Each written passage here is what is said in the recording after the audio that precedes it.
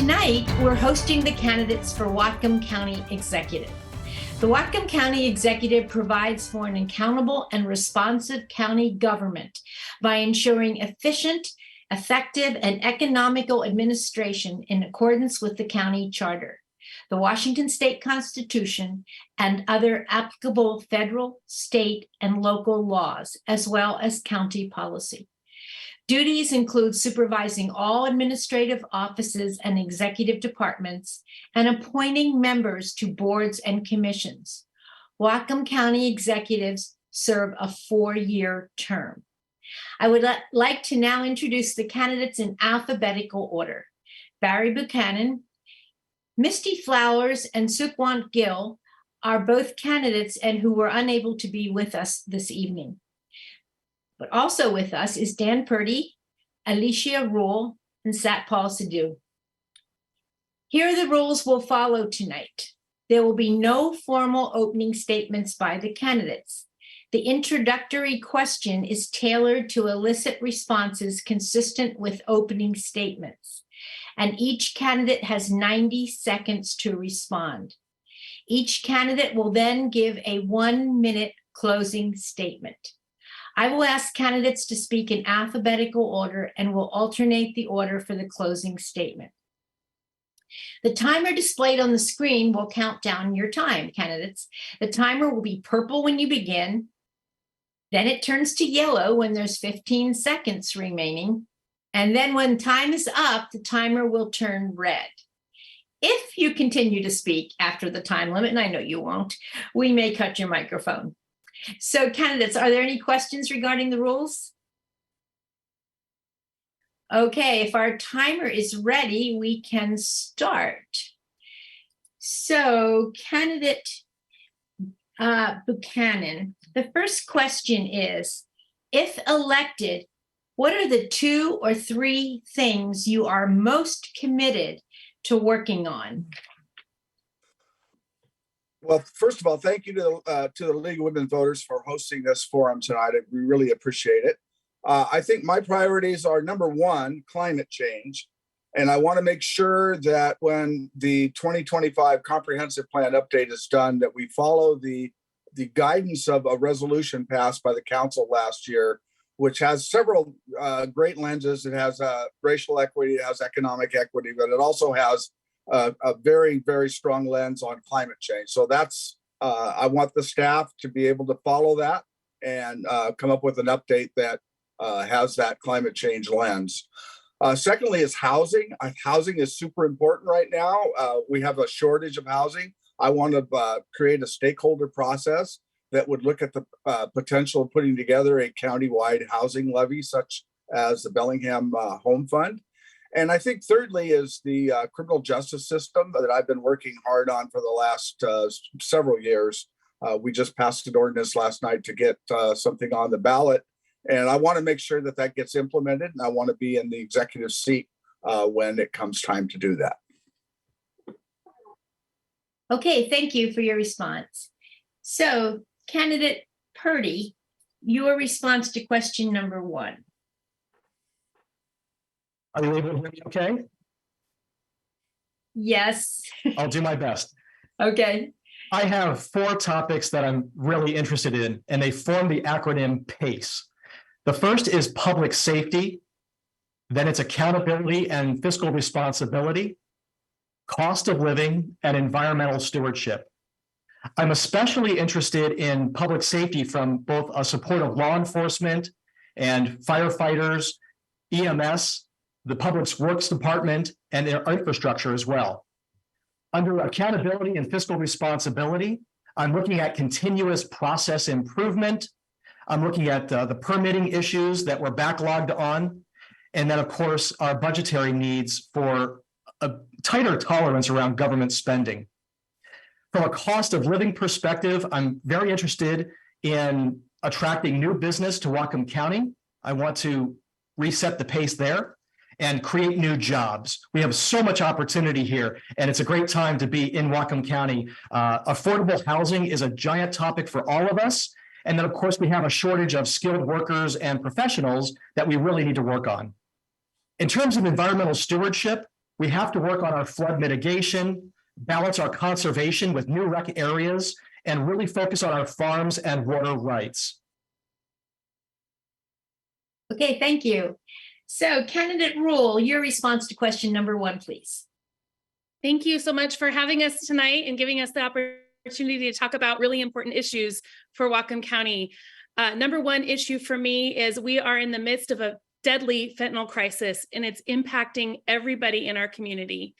Not only those who are suffering from addiction, but all of the pieces around us, including our business, including our neighborhoods, and including our public safety for our children. Public safety as well. And lastly, it is all intertwined in our social systems, but we have a housing crisis. And when we look at these social crises as systems crises, rather than one problem separate from another problem, I think we can then more boldly come forward with solutions that are going to actually meet the needs of those folks who are suffering most, as well as all of the peripheral impact it's having on our communities and our children and our neighbors and friends. Okay, thank you. So candidate Sidhu, your response to question number 1, please. You're muted, Setpal, you're muted. All right. Thank you for this forum. I have 3 things I want to concentrate on. Of course, there are many other things as well. One is public safety and treatment of mental health, behavioral health. The second one is housing crisis. The third one is water security for the salmon habitat, as well as to preserve 100,000 acres of ag land. So what is different this time about our thing is that we are saying our motto is treatment over punishment.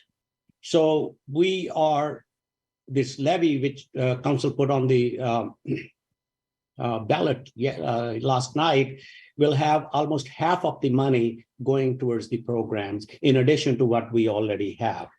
And public security is safety is also important. On the housing crisis, I think land use policies and our comprehensive plan, making smaller lots, making smaller homes, 800 square feet to 1,200 square feet, that would help. The water security crisis is existential crisis, and I've been working with all the parties. Adjudication is going to start this fall. And our solution is going to be when we sit across the table and work out solution, which is tailor-made for our community and made by our community members. So that's what I will concentrate. Thank you. Thank you. Okay, here is question number 2. Whatcom County Department of Health and Community Services recently reported 1,059 unhoused people, an increase of 27% from the previous year. A third of those unhoused people live outdoors, and in places not intended for human habitation. What specific programs do you support to address the needs of these 1,059 people living in our county? And we're going to start with you, candidate Purdy. Your response, please. Yes, I'm in support of any program that has outreach, recovery, and restoration.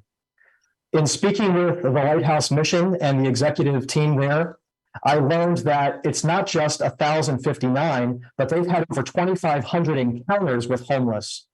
They also feel like there's probably another 2,500 people as well who are outside of the city limits of Bellingham, and they're just not counted.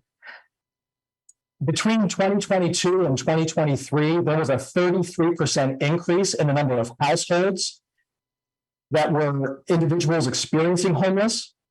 39% of homeless people are reporting having a mental illness, and 34% of homeless people are reporting that they're suffering from chronic substance abuse problems as well. We need all of those services. We need the mental health services. We need the health services that go along with that. And we need to be able to work with various departments, regardless if they're faith-based or if they're government-based. it's really important that we give our citizens and that we give our community partners and our neighbors the resources that they need in order to get to a outreach, a recovery, and a restorative process. Okay, thank you. Candidate Rule, your response to question number 2, please. Thank you. At a state level, as your state representative, I've been working very hard for bold policy and bold funding to address this homelessness crisis.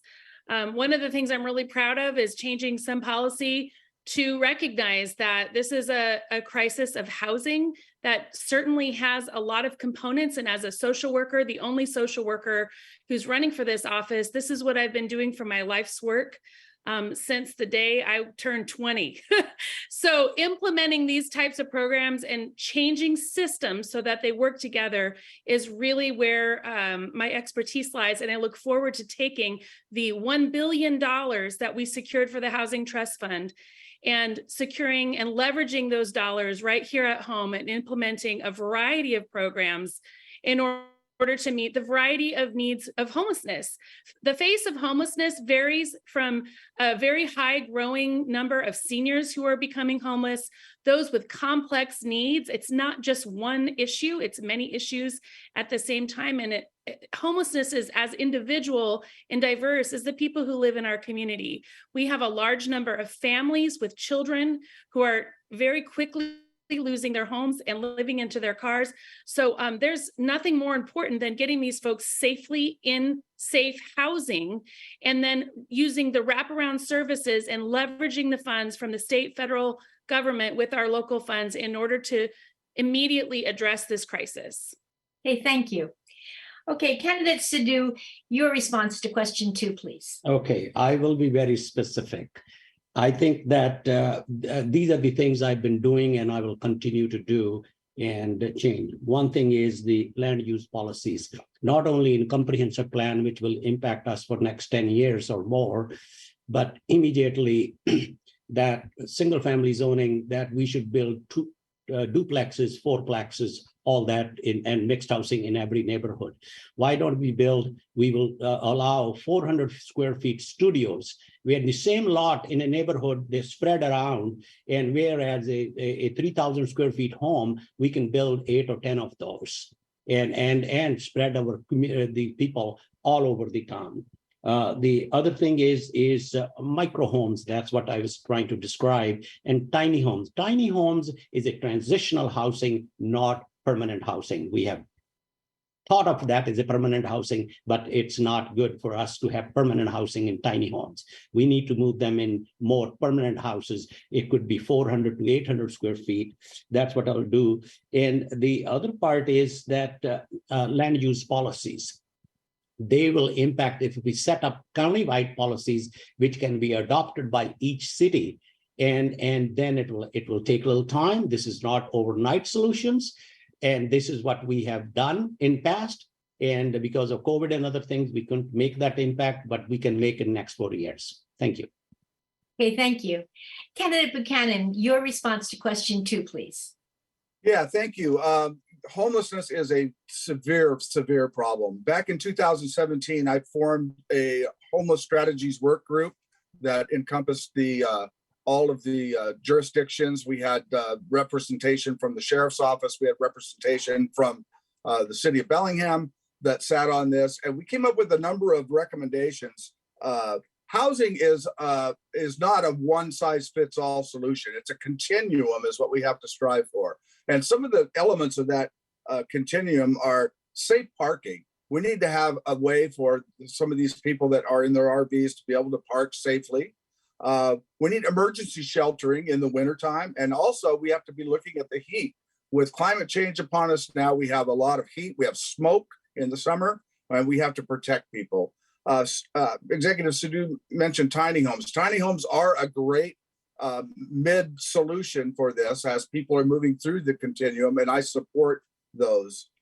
We also need supportive housing with services that can help people that have behavioral health issues, substance use disorder issues.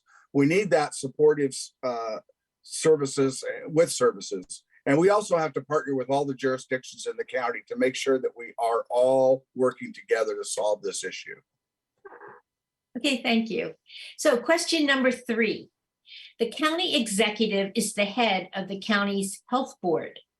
If elected, what specific programs or policies would you propose to address the addiction crisis in our county? And we'll start with you, candidate Rule. Thank you so much. This is my life's work, and I can't wait to do it in my own neighborhood and community right here at home. There's funds available, and we are looking forward to a lot of things that you can't see yet because they haven't begun to be built, because I fought for funding in the behavioral health realm to bring it back home here. So we have a 23-hour urgent care behavioral health center coming to town to be built. We have a 988 system and a 911 system with a new 911 building coming into town. We have a 30-day inpatient unit coming into town. None of these things have started yet. We have a way station that is underway. We've got multiple programs. I can see that I won't have enough time to tell you about them all, but none of them have really been up and running yet. And we need a social worker who's been running programs like this and making system change for many years to be running these together, so that when a person has a behavioral health crisis or has a behavioral health concern, when and where they need it, there's help available. That works well with our public safety system, that works well with our first responders, so that folks get the help that is appropriate care for their need, and that they're not handed off without a plan that's comprehensive and tailored to them. When we start addressing our social safety system in a proactive way with operating systems that work, we are going to see a very clear, quick difference to an end to this suffering. Thank you. Okay, thank you. So candidate Sidhu, your response, please, to question 3. My response is this is a very bad situation for our communities and for our youth. Addiction. I think the treatment services options need to be increased. This is what I have been able to do. What we did is built the Crisis Stabilization Center, and Beacon Center for Hope, with 36 beds, 32 beds, 16 for detox and 16 for mental behavioral health. Now we're going to build another 23-hour facility, and Alicia facilitated that $9 million, and we are putting another $5 million on top. The other thing we have been able to do is way station.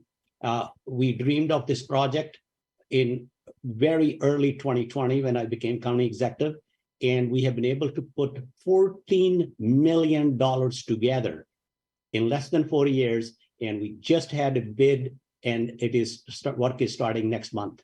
So that is a very unique project where Peace Health, Unity Care, and Opportunity Council are 3 partners. We donated a building for this program as a county. That's the vision you have to have, that how you can make that successful.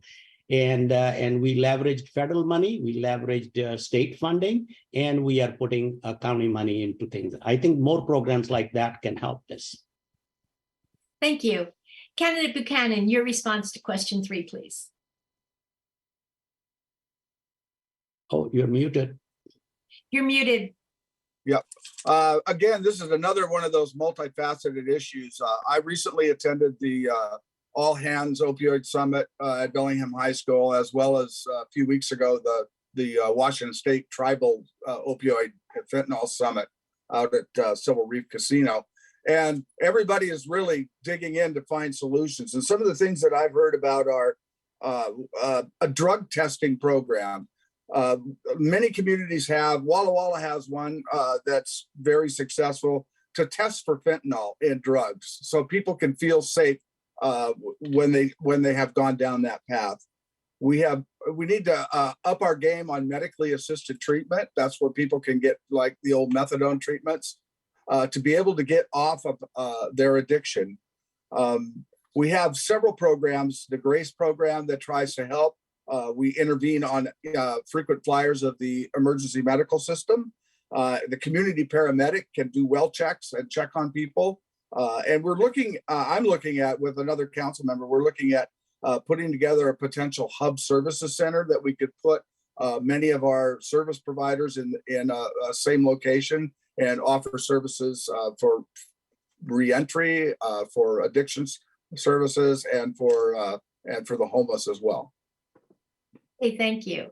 And Candidate Purdy, your response to question 3. Muted. We can't hear you, Dan. Can you hear me now? Yeah. Like the other candidates, I'm learning that this is a very complex issue. There's lots of moving parts. It's all about appropriate funding and making sure that the monies are in the right buckets and making sure that we're spending for the right programs. Supportive services are in high demand, and we need to have well-balanced systems that really help the individual with their mental addiction and their services there. I truly believe in a hand up, but not a hand out. I want to see our services expanded with our mental health and addiction right here in Whatcom County.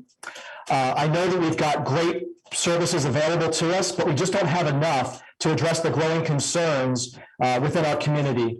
It's very difficult to find professionals. It's very difficult to find some of the programs that are meeting each of the individuals with their multiple needs. What I do know is that we don't have the right professionals always in the right areas. People are presenting with a host of challenges and a host of things that we haven't seen before. Post-COVID, we're having things that resemble PTSD, but they don't necessarily have the same type of treatment. And so I feel that we need to invest more in our community in the mental health and the addiction services. Okay, thank you. So question number 4. The county's climate goals include reducing the transportation-related greenhouse gas emissions by 45% by the year 2030. What policies would you propose in order to achieve that goal?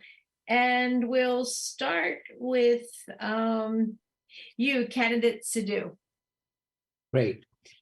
I started on this 4 years ago, so this is not new. When I ran in my last campaign, I said I will plant 1 million trees in 5 years. Of course, COVID came and all this, but we do have a nonprofit organization, Whatcom Million Trees Project, and they have already done work about 200,000 new trees. That's just one. As I became county executive, we hired a climate manager. We seated a climate advisory committee. We have created a report. These are the practical things, not ideas. We have created a climate report and an implementation plan we are working on. I think that we intend to start with our buildings and reduce the carbon footprint of our buildings and our transportation, that all the vehicles, we have done an inventory. It takes a long time. You don't have that money that we can just buy a new fleet. As the fleet retire, we will keep doing electrification. And the infrastructure in the county, WTA is putting, and so do we want to put charging stations. They're not just for county vehicles or county, but they're for public. And we are partnering, public-private partnership, to do as much EV structure in our county so that we can reduce our carbon footprint. Thank you. Thank you. Your response, Candidate Buchanan, please, to question number 4. Yeah, I would start where Mr. Sidhu left off, and that's EV charging stations. I think that's a real opportunity. There is money from the bipartisan infrastructure bill that's focused on EV charging stations that I think we should be applying for. Public transportation is important. We need to make sure that we make connections along the I-5 corridor and partner with other transportation agencies up and down that I-5 corridor to make sure that we have public transportation that can get people down to Mariners games or down to the airport or wherever they need to go down south. We do have a climate action plan that we need to follow. And as I mentioned before, when in our first question about having the comprehensive plan reflect the best policies we can find and that we can develop in our comprehensive plan that is going to aid in our fight against climate change. So I think it's just super important that transportation is a huge part of this, and we have to take it very seriously. Okay, thank you. So candidate Purdy, your response to question 4, please. Unmute, yeah. One of my key points is about environmental stewardship. We also have to not put the cart before the horse. We have to be balanced, and this means not cutting off natural gas. We've got to be balanced between our needs as a county for agriculture and industry. I do want to shift to affordability and business, and I want to focus on responsible spending and make the transformation to electric, but we have to do it in a reasonable, measured approach. We have to ensure that our businesses can continue to thrive and grow without hindering them and putting them in an untenable position. I've reviewed some of the new programs coming out of WTA with the buses that they have on the road. Their ridership has actually decreased over the last several years. There are many business owners who have written a letter to the board, and they've expressed concern over lower ridership, but then the additional spending that's coming in the form of people counters at a cost of $850,000. In addition, each electric bus is going to cost well over $950,000. The 2 power stations that were discussed earlier, they're at a total bill of $1.3 million. So these are the things that are coming in the 6-year capital improvement plan, and they have to be closely balanced with our just a reasonable sense within our business community, the needs of the ridership, and how we serve our public. Okay, thank you. Candidate Rule, your response to question 4, please.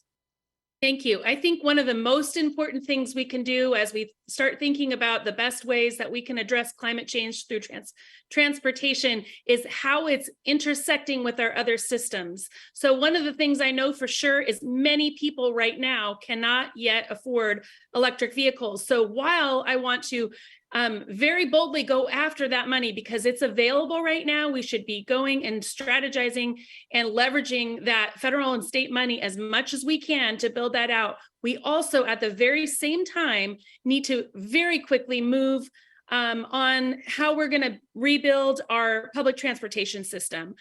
We know some state changes that are coming our way. The missing middle bill passed this year, and the legislature was happy to support that, which means we can expect the world is changing in our more dense areas. We're going to see a lot of building. We have to. That's the only way that we're going to be able to house people the way that we need to. So then we're going to run into parking issues. We've got to have a better transportation system. And furthermore, how that intersects with our plans for public safety. Folks need to be able to access day and night a public transportation system that will work for them at any given time, particularly if they are released from what could potentially be the new rehabilitation center. So all of these things work together. We need to look at comprehensive solutions, not as if they're separate buckets. Thank you. Thank you. Okay, we're ready for question number 5. What specific initiatives or actions would you like to see the county's Racial Equity Commission take to improve racial equity for those living in our county? And we'll start with you, candidate Buchanan. Thanks for that question. I worked on the development of that Racial Equity Commission, as well as Executive Sadhu did as well. And I think a lot of the important things that we need to do, we need to look at county policies, county hiring policies, and not only policies in the past, but policies going forward. We need to have that lens of racial equity as we develop policies, whether they be land use, parks and recreation policies. We need to always keep in mind that we have to look at our racial equity. We need the Racial Equity Commission, to really focus on our tribal partners as well, to make sure that their sovereignty is protected, because that is ultra important. They are our partners out in the county, and they do a lot. We do a lot with them on projects to help our environment, to help our fisheries, and a lot of things. So it's just really important that the Racial Equity Commission get up and running and have that lens to both in, like I mentioned, policies and hiring and working with our tribal partners. Okay, thank you. So candidate Purdy, your response to question 5, please. Would you repeat the question, please? Yes. What specific initiatives or actions would you like to see the county's Racial Equity Commission take to improve racial equity for those living in the county? We're all Americans, we're all Washingtonians, and we all live in Whatcom County, and we're all in this together. What I would like to see is an even-handed policy for all people that doesn't necessarily focus on skin color, different types of situations where we're pitting each other against one another. I would like to have this conversation cool down a couple of temperatures. It's obviously happening at the national level, and we're better than that in Whatcom County. I don't have any specific initiatives that I would like the committee to put forward. What I'd like us to do is to find the things that we have in common and focus on those. I think everybody knows and understands that every time we put in these new policies around systemic racism or racial equity, there's a cost to that. And we are not able to measure it as a county to determine what that cost is. We want to help all people. We don't want to create policies or procedures that lift one over another or one voting block over another. We all want to have equal treatment for all citizens. And so I would like to see less in this area and not more. Okay, thank you. So candidate Rule, your response to question 5, please. Thank you. I'm just really excited about the opportunities in front of us because I think that there is plenty of room to grow here. I grew up right here in Whatcom County, and I left and went to University of Washington, and back in the 90s, before it was cool, I was one of the only white people who decided to do American ethnic studies for my major. And so I have a degree in that, and I've been working in the social work world for decades now, using a racial equity lens on really all decision making. And what that means to me is looking how it impacts everybody differently, that we are not the same, that we can't actually claim to all have the same opportunity because it's just frankly not true. We have to look at where the systematic bias is and then look to leverage corrections to that. And I think that there's lots of room to do that. We haven't worked as boldly as we could in our community on that issue, and I hope to do that. It really has to come from leadership out. And so I think part of this is changing culture, but we also can look to see things like hiring practices. There's ways to do this where we can do outreach and expand the pool and then still choose the very best candidate. It is not, it is additive. And we know this. We can see this looking at successful businesses. We can see that this is not something that is going to put us back. It puts us forward. And inclusion actually helps better us. It could help us better our business community. It could help better the world and prepare our children for the world that they're about to live in. Thank you. Thank you. Candidate Sidhu, your response, please, to question 5. You're muted. Unmute yourself, Setpal. This is very personal. I have lived in this community for 35 years and 10 years in Canada. I have the lived experience of being a minority and how I could bring my education from India and get it accepted here in over these years. I'm the first person who got elected, first immigrant colored person to council, and then as county executive. But that's not what it is, what I have done about it and what I'm going to do about it and what Racial Equity Commission should do. The first is that we funded, county and city funded Racial Equity Commission formation, and now we have funded it for next 3 years with $200,000 each year to make it successful. And I think the first thing they need to look at is inclusion and belonging. We need to make every citizen, they belong to this place and they are included in everything. The task is huge for Racial Equity Commission. If they can start with these two premises and assure our citizens that they are part of our community, they are included, and our policies are inclusive, I think that is a big step, a first step. It will take years. Thank you. Thank you. Okay, question number 6. How would you approach the competing goals of protecting our ag land base in Whatcom County and providing non-agricultural or residential development in these rural areas? Explain your position and provide any specific policies that you personally would advance. And we'll start with you, candidate Purdy. So as Whatcom County's population grows, both urban and rural, we need to have a proper balance between growth and agriculture. We need to create affordable housing options for families without taking away from ag land. We have over 100,000 acres of ag land, of which 29,000 are berries. And as 90%, 80 to 90% of the frozen berries for the United States, it's really important that we preserve that legacy and that culture for our farmers. We just need to make sure that we take the existing growth areas that we've already agreed will be a part of those zones, and we build in those areas without taking or detracting from the farmlands. I think it's really important that we also talk to the permitting issue, which is backlogged. We had over 1,600 permits last year alone, and we're not doing a very good job of getting these through for our real estate developers, our average citizens who are just trying to build on their own property. And we have to put that through some type of continuous improvement event so that we're getting these permits done faster, and then we're not cutting ourselves unnecessarily as we're trying to grow into the areas that we've already established. Okay, thank you.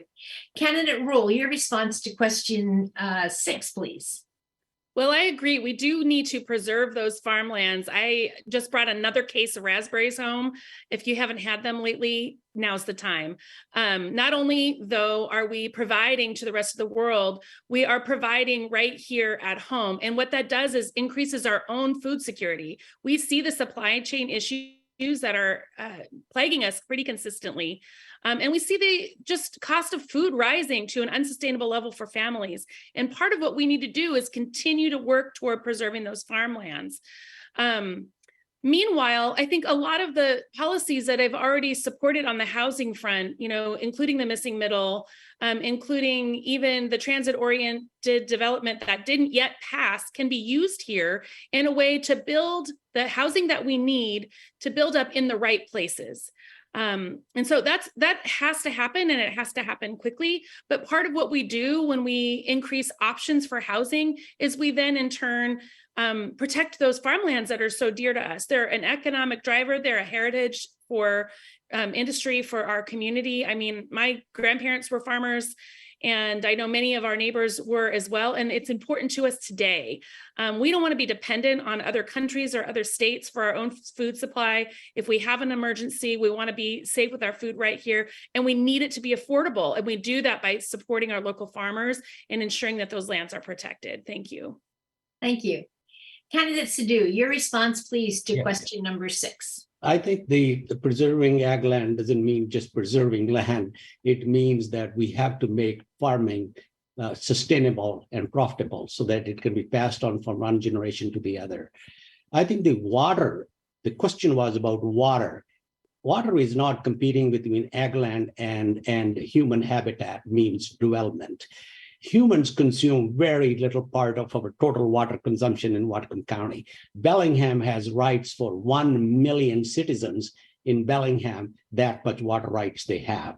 So issue is, how do you balance the salmon habitat versus ag habitat or ag needs, because water shortage happens 4 or 5 months of the year at the same time when the fish needs water, and at the same time humans need water, at the same time farmers need water. And at that, I've spent 4 years on this already, and I think that we have very practical solutions, and these solutions are at very beginning stage. I don't want to be talking loosely about these, but I would rather have the stakeholders sit across table and discuss that. These are solutions. We do not have water deficit. We have trust deficit. Once we start trusting each other, water is there. We have enough water. Thank you. Thank you. Candidate Buchanan, your response, please, to question number 6. Well, I certainly agree that we have to make sure that farming is viable and people can make a living at it and pass it down to their families. That's what my family did. My great grandparents had a dairy farm out on the Lawrence Road, and that's where my grandparents grew up and my mother grew up. But there's ways that we can do that. We can when we're doing our land capacity analysis, we really need to look at the urban growth areas and make sure that we are bringing those in to the cities, and the cities are annexing those and making use of that for density and housing. We have to limit sprawl, and some of the ways we can do that is we can have incentives for urban housing and urban development. We can look at impact fees now in the rural area. We haven't been able to do that in the past because we were not compliant with the Growth Management Act. What impact fees are is fees that help development pay for the parks and the schools and the transportation that's involved in what those impacts of their development are in those areas. What that can do is level the playing field between rural and urban housing costs. It can help drive it can get that balance in so that people can afford to move into Bellingham rather than with the housing costs rising because of impact fees. So it's just a way to balance that out and make it more equitable. Okay, thank you. So question number 7. Tell us what you know about the current proposal for a new jail and what you support or object to about that proposal. And we'll start with you, Candidate Purdy. I am pro jail, and the question here is about trust. The latest proposal is for $137 million out in Ferndale, and County Council will soon vote to approve that on how it's going to appear on the ballot. It's all going to be decided prior to my election. And my understanding is that the levies from previous years were used in other areas.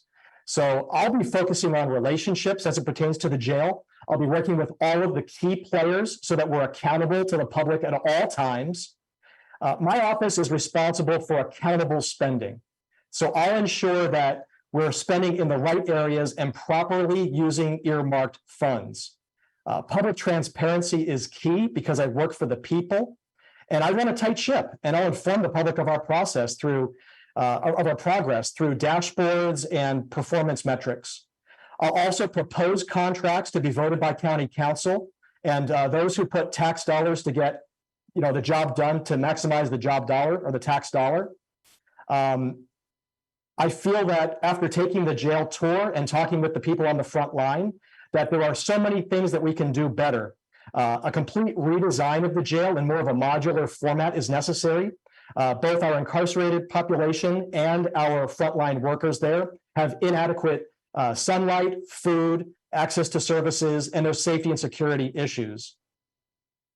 Okay, thank you. Candidate Rule, your response to question 7, please. Yes, I am really looking forward to making progress, much needed progress on having a rehabilitation center that is going to work to keep our community safe. It is important to me that we have a good, system that is public safety, behavioral health, addiction medicine, all of that together working in systems that work for people. And one of the pieces to that system is public safety. And it's very necessary that we have a facility that can help rehabilitate people and keep the public safe. It's overdue, and it needs to be a humane facility that's really different than what we have now. I personally have worked with people side by side as they've exited a facility, a jail facility and prison facilities, and gone into the community to restart their life. I see the challenges that they have ahead of them. And I think part of what we need to do is ensure that we are using evidence-based approaches to make these systems work together, so that whether it's on the front end or the back end, or what, receiving behavioral health care and proper addiction services in the jail when they're necessary, all of those things need to happen and would be improvements. We are far behind others, and that's just not the values that we share as Whatcom County citizens. So I very much support moving forward with a better system than we have now, and we certainly need the ability to build that. It's really important to me too that we make sure that we are accountable to our taxpayers for this facility. Thank you. Okay, candidate Sadhu, your response to question 7, please. I think I have lived through 2015, 17, along with Councilmember Buchanan, and now we are in 2023. I have a whole lot of background about this. Well, let me start with what I don't like. What I don't like is we don't have enough resources. I wish we had more resources.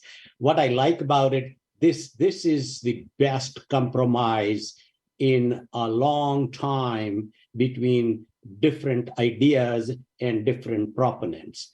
We are split 50-50 onto the capital side and operational side, and to the treatment side and community programs, everything. It has never happened before. It was not even proposed before. We worked very, very hard to get where we are. It is perfect? No, it's not perfect. Is it workable? It's very much workable. Can it get improved?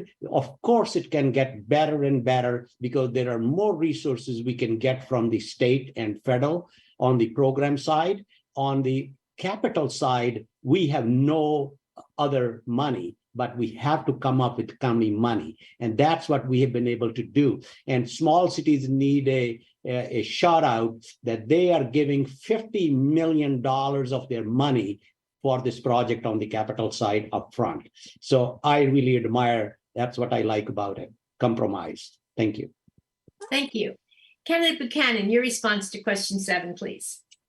Well, I, along with Mr. Sadhu, have been at this for a while, but the last 5 years in really earnest. And we started out with a listening tour that went all around the county to ask citizens why they didn't like the first 2 proposals, one in 15 and one in 2017.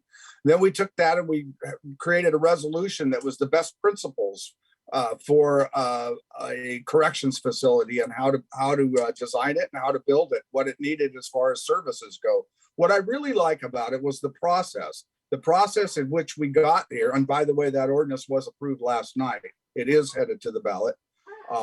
So it was a very open public process. So like I mentioned, the listening tours, then we had the stakeholder advisory committee where we had 39 people that got together, and they looked at the criminal justice system in a holistic way to look how important the gaps that we have in social services, in behavioral health, and substance use treatment. We put together a gap analysis, and the recommendations that came out of that went into the implementation plan. The implementation plan calls out the projects that are going to help fill out that holistic criminal justice system that the stakeholder advisory committee put forward in their needs assessment. So what I don't like is exactly what Mr. Sadhu said. We don't have enough. We just don't have enough services. We don't have enough to do exactly what we want. But I do like what the compromise we have. Okay, thank you. Okay, question number 8. Do you think the county should or should not be investing in supportive housing for the mentally ill and the addicted, and why? And we'll start with you, candidate Rule. Absolutely. We must. We have an obligation to our neighbors and to our community. It doesn't take anything except for looking outside our doors in every corner of our community to see that we have people with comprehensive behavioral health needs out on our streets, literally living in cardboard boxes in the woods and in every alleyway. This is not normal. We should not be used to it. It should not be acceptable to us. And we must invest and commit to fixing this problem. It is not fair or humane to the people who are suffering, and it is not fair or humane to those around them who are trying to enjoy the community. These are people's sisters, brothers, sons, and daughters, and they deserve much better than this.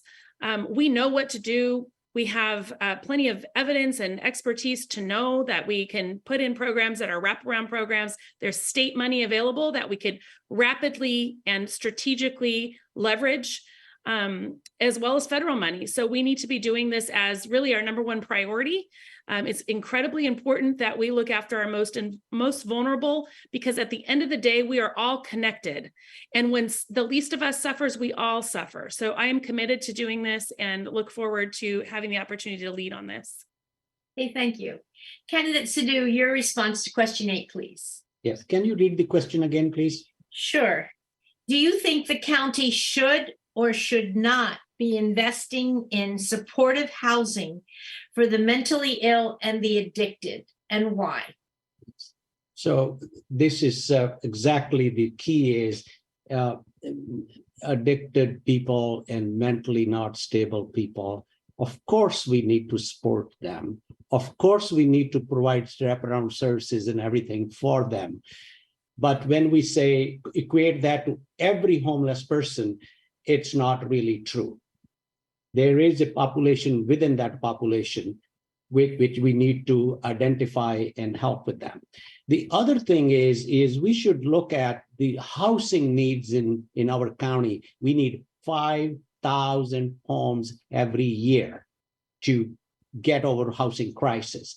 If that half of that housing is affordable housing, low income housing, that will be 2,500 units. I'm giving you a practical situation here.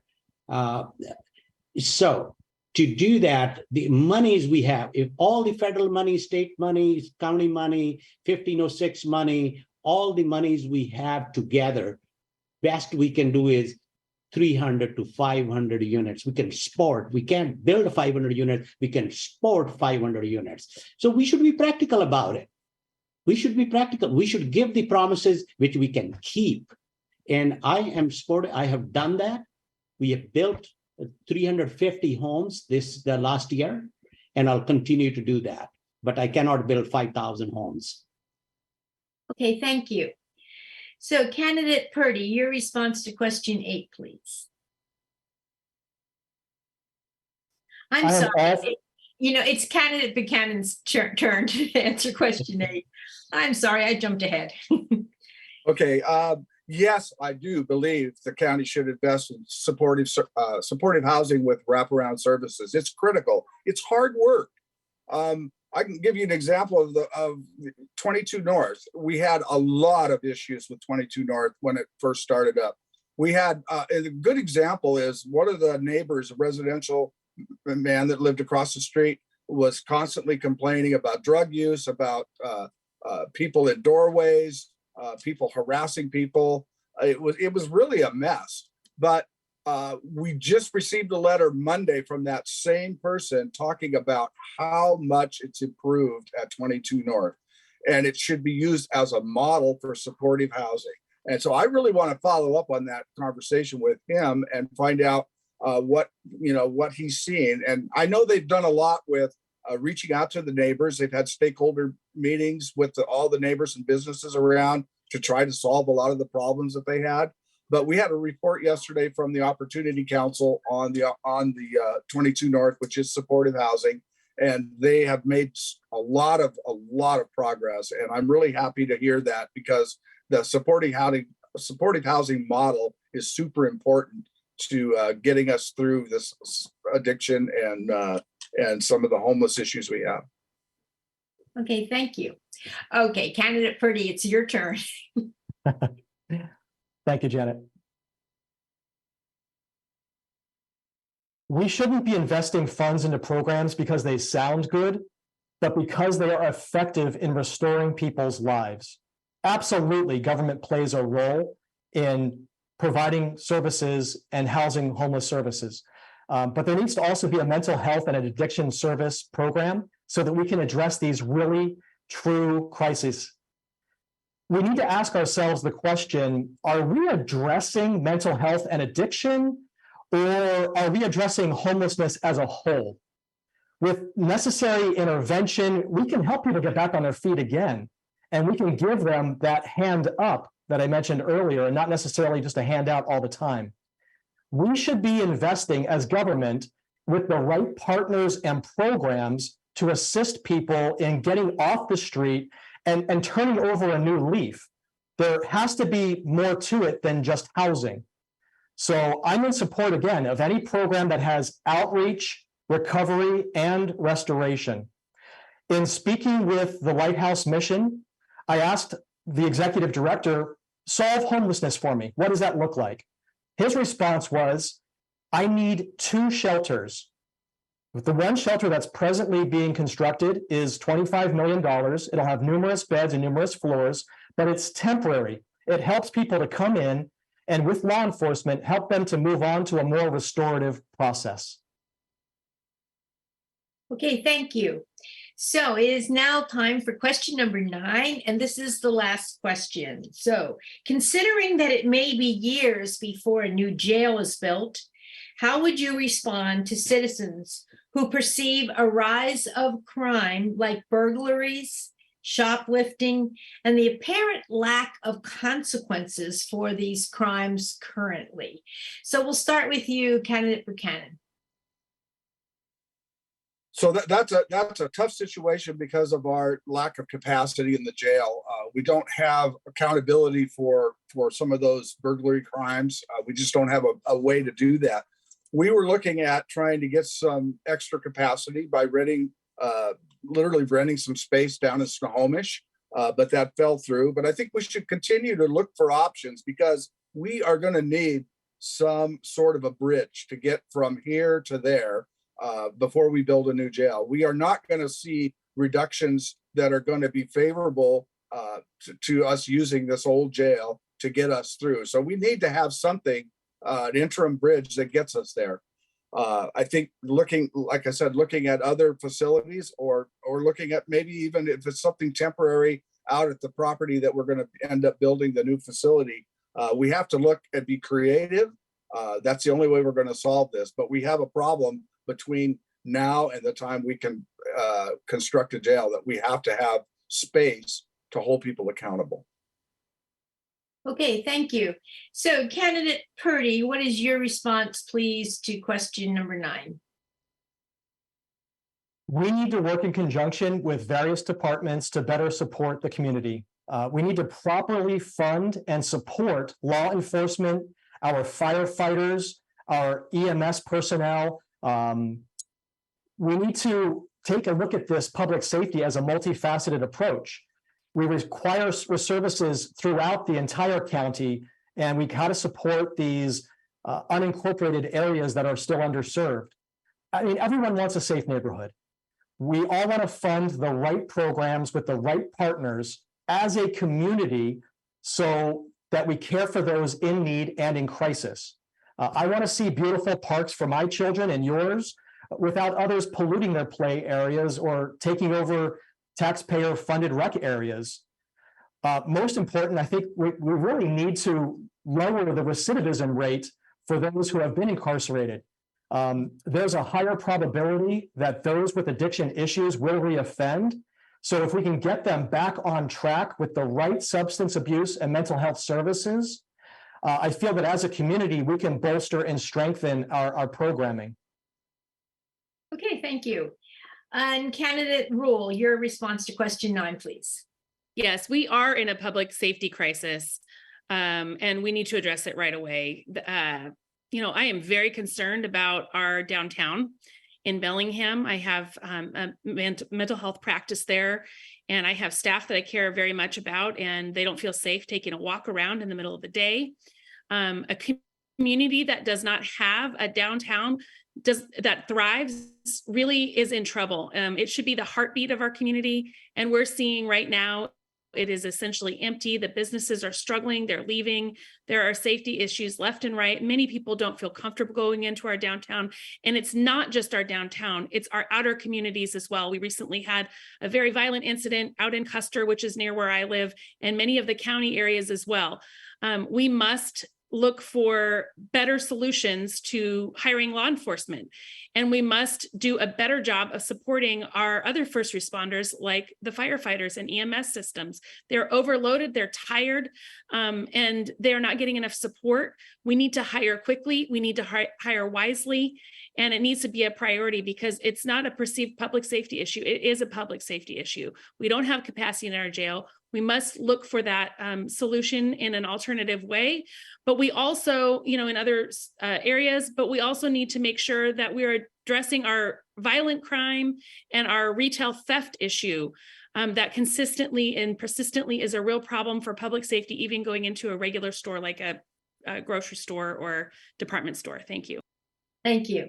Candidate Sidhu, your response to question 9, please. Yes, I think that the very basis of a civil and just society is that there must be consequences for anybody's actions. If the actions are against the society's norms, we must have consequences. And right now we are in a position not able to hold that principle. But what we have been able to do is that it will take 5 years for the new deal, if it passes, to build. What do we do meantime? What we have done, let me tell you practical things what we have done. We invested $6 million into the criminal justice system to clear the backlog. It's not enough. Like I said, we don't have enough resources, but that's something we need to work on. And we maybe need one more expedient judge in Whatcom County and pay for that. The LEAD, the GRACE program, the alternate response team, those are the solutions. Electronic home monitoring, and reduce the jail people going to jail, and have alternate ways to do that. We need a little more resources. There are solutions. And we have been doing best we could, but need more resources to do that work. Thank you. Okay, thank you. So I've been informed that we have time for one more question. So question number 10. What ideas do you have for clean economic development at the Cherry Point? So we'll start with you, Candidate Buchanan. I think for me, I would look at Cherry Point as an opportunity for a clean energy transition as we transition out of the fossil fuel world and into alternative energy. I think it's a good spot for that. It's got the correct zoning. So I would really look at trying to get alternative energy companies out there. Past that, I don't know really what I'm not a big fan of development at Cherry Point. I think there's a lot of good natural things out there that people love that we should try to retain, but we do need to use it for some industrial means. And I think, like I said, alternative energy, green jobs out there would be a real plus for our county. Okay, thank you. So Candidate Purdy, your response, please, to question number 10. So the Cherry Point is comprised of many different industries, not just one or two refineries. And each of them are highly regulated already, and they provide a massive amount of benefit to our communities. I started at Cherry Point when I came and worked for BP when I was promoted to one of their facilities there. They continue to be good stewards for us. It's important to prioritize good jobs while we make a responsible shift to cleaner energy. We know that companies like BP are making these clean shifts already, and they're the leaders in their industry. By way of example, when I met with them a couple of weeks ago, I was learning more about their shift to a blended fuel for their Jet A products. So they're going to be using tallow and a host of organics blended with jet. And that'll be a lighter fuel, and it's something in which it helps them to bring maybe $1 to $1.5 billion back to this area. They're only one of 5 sites globally that would allow them to do that from the BP portfolio. Phillips 66, same way. But if you were to take these industries out, think of the ripple effect that would happen for all of our downstream services businesses. It would be a much different climate. We need to be investing and supporting these industries, better permitting, faster permitting for them, and making them working with them as good partners with government. Okay, thank you. So candidate, let's see who's next here. Candidate Rule, your response to question 10, please. I am so excited about the opportunities that we have at Cherry Point. We can work, this is about relationships, and we can work in relationship with one another, including those leaders that are already out there and are anxious and chomping at the bit for the next new green energy opportunity. They're looking to do that. It's what's new, it's what's profitable. So I think that we need to work with them in partnership with our tribes and with our unions. We've already lost the jobs at Intelco, and this has been such a big hit on our community. Those good union jobs are the ones that are able to, pay for a lifestyle that allows for people to have a vacation and allows them to have, proper working conditions and hours. We can use those partnerships to leverage better jobs to be able to live in this beautiful place. For, all of those housing things that we're talking about that are so difficult, good wages really help, and union jobs do that. And I think we really have an opportunity to overlay our goals in reducing climate impacts with looking at practical, affordable ways to move forward together with these good union jobs. So I already know that this is going to be an opportunity for us, and I'm really excited to look for sophisticated solutions to our shared challenges. We are all in this together, and I believe that when we work together on solutions, we can do actually better than when we have now. And I really do hope that we can get some of those good union jobs back here. It's really important. Thank you. Thank you. Candidate Sidhu, your response, please, to question 10. I think we all talk about Cherry Point. Let me start with that. Cherry Point is a ecologically sensitive coastal area. Coalport is just 10 years ago. It's not too long ago that I would like to see that Lamination take a lead on the Cherry Point development. Let them present a white paper or some kind of plan, what they see as the stewards of this grounds, how they see the future of Cherry Point. But we don't have to concentrate on Cherry Point. There are a lot of other areas in Whatcom County which we can zone industrial, GMA and all these things, too much to talk about. But I think that we have opportunities. The other part is the industry footprints are much smaller. Now you can have a 25,000 square feet building and build buses, electric buses in 25,000 square feet. You don't need 500 acres or 200 acres to build a car company or jobs. So we do need new jobs, new technologies, and we've been talking about hydrogen. I think we need family-based jobs, clean tech jobs, but I would say that we should include tribal input into our overall industrial development planning and small cities. Linden has done an excellent job. We should follow Linden, how they have brought jobs. And I am already doing that. I work with Scott on this issue. Thank you. Thank you. Okay, it's now time for your closing statements, which will be 1 minute in length. So candidate Sidhu, we'll start with you. Your closing statement, please. All right. Thank you very much for this forum. And since 2020, when I became county executive, I have managed challenging global pandemic, childcare crisis, low-income housing crisis, fentanyl crisis, devastating floods, all these things during my term. But I held a steady hand on the administration and ran this thing. Never, ever in the last 3.5 years ever said county executive doesn't know what to do. or county executive is wavering. He was here this week and he's there this week. That shows leadership. That shows decisiveness. And I have proven that I can work with all 7 mayors. It didn't matter what party they belong to. I did not use my emergency powers because all my decisions were 7-0 with these all mayors. So I can bring people together. I believe in that what binds us together is much stronger than what divides us. And that's how I have worked and I'll continue to work. Thank you. Candidate Rule, your closing statement, please. Thank you. I think you can see tonight that we have a lot in common and that we have some good candidates here, but I am the only candidate in this moment that's led as a social worker. And I've led with political courage to do things that are sometimes really difficult because it's right for people. And I'll continue to do that. I think we need to continue to work with putting people first and to solve more boldly the problems that are in front of us.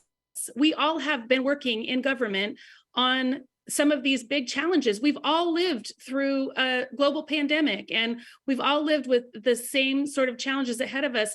But truly, I believe that I have showed the bold leadership that we need at a county level. And I come in with the professional experience to be able to roll out programs that work together and change systems when we need them most. I would just ask, is it working? Because if the same old is working, then continue on. But I think we need more, and I think we can do better for the people of Whatcom County. Thank you. Thank you. Candidate Purdy, your closing statement, please. Over 230,000 people call Whatcom County home on a full-time or a part-time basis. The sheriff's office is dedicated to protecting the lives, property, and rights of all of our residents and our visitors. They're charged with preserving, honoring, and defending both the U.S. Constitution and the Washington State Constitution, as am I. Over the past few years, however, law enforcement's ability to prevent crime and apprehend criminals was severely impaired. Our current jail is untenable for corrections staff and the incarcerated population alike, who present with serious and dangerous forms of mental illness. The Emergency Management Division remains understaffed and underfunded, even after historic floods and a global pandemic ravaged our communities. Our medical services programs are undersized, and we're just simply not prepared for the next catastrophe. Under my leadership, I will reposition Whatcom County as a category leader in public safety. We will never tolerate poor government, bad decisions, or a lack of personal accountability. Okay, thank you. And finally, Candidate Buchanan, your closing statement, please. Yeah, again, thank you so much for hosting this forum tonight. I'm running for county executive because I want to bring my extensive leadership experience to the executive's office, whether it be my time as a U.S. Navy supervisor or a lead engineer at Lockheed working on programs like the Hubble telescope, the Trident submarine program, or being an elected official for now 14 years. I've been elected 5 times as chair of the Whatcom County Council, which is the position I currently hold. And I've just been fortunate to always be able to excel and be promoted up into leadership positions. And I want to bring that to the, like I said, to the county executive's office. I love working collaboratively with the public. That's my jam. I love the public. I think that they provide us with all the answers we need. We just need to be bold and act those things. But working together, we can do anything. And thank you. Thank you. So on behalf of the League of Women Voters, I want to thank all the candidates for being here tonight. And I especially want to thank all of you for caring so much about this wonderful community we live in, that you're willing to commit to running for public office. So voters, you can find more information about the candidates online at vote411.org and in your pamphlet. So thank you for coming tonight. Oh, and make sure, I want to make a statement about the ballots. Make sure you fill out your ballot in time. They will be mailed on July 12th, and it must be postmarked or in a ballot drop box before 8 p.m. on August 1st. So August 1st is your deadline. So please remember to sign it. And if you're mailing by the Postal Service, please do it early. Thank you and good night.